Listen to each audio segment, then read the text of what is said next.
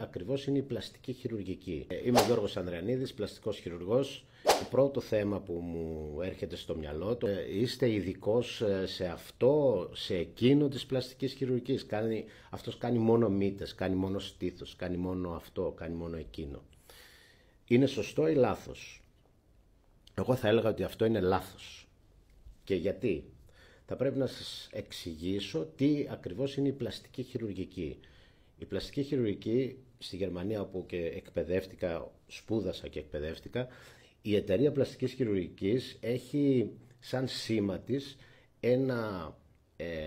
έναν αρχαιοελληνικό ναό με 4 κύονες, όπου κάθε κύονας είναι τα επιμέρους τμήματα της πλαστικής χειρουργικής. Δηλαδή, ο ένας κύονας είναι η reconstructive plastic surgery, δηλαδή η επανορθωτική, ο άλλος κύονας είναι τα εγκάβματα, ο άλλος κύονας είναι η άκρα χειρός και ο άλλος κύονας, ο τέταρτος, είναι η αισθητική χειρουργική, η αισθητική πλαστική χειρουργική.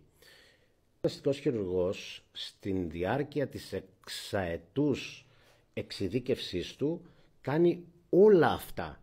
Δεν κάνει μόνο στήθος, δηλαδή είναι τόσο άδικο όσο αναφορά στο κομμάτι της εξειδίκευσης του πλαστικού χειρουργού, το να λέει ότι αυτός είναι εξειδικευμένος στην αυξητική στήθους. Ο πλαστικός χειρουργός ξεκινάει από την επανορθωτική, πάει στα εγκάβματα, πάει στην άκρα χειρός, δηλαδή κομμένα χέρια τα οποία επανασυγκολούμε, και φτάνουμε στα τελευταία 2 έτη να κάνουμε μόνο καθαρά αισθητική πλαστική χειρουργική, αφού δηλαδή έχουμε μάθει το σώμα από μέσα από έξω πώς συναρμολογείται στην επανορθωτική, κάνουμε το φινίρισμα που λέμε, τα αισθητικά κομμάτια.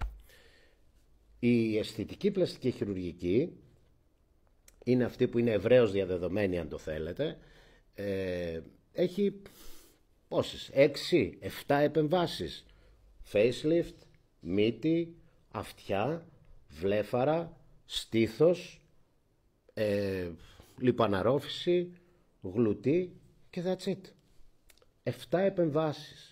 Μετά από 6 χρόνια εξειδίκευσης, το να κατέχεις 7 επεμβάσεις αισθητικής χειρουργικής, νομίζω ότι δεν είναι και καμιά τεράστια επιστήμη, έτσι που να λέμε ότι αυτός κάνει μόνο στήθος. Αυτός κάνει μόνο στήθος ή αυτός κάνει μόνο μύτη ή αυτός κάνει μόνο τέτοιο, γιατί προφανώς μόνο αυτό είδε στην εξειδίκευσή του.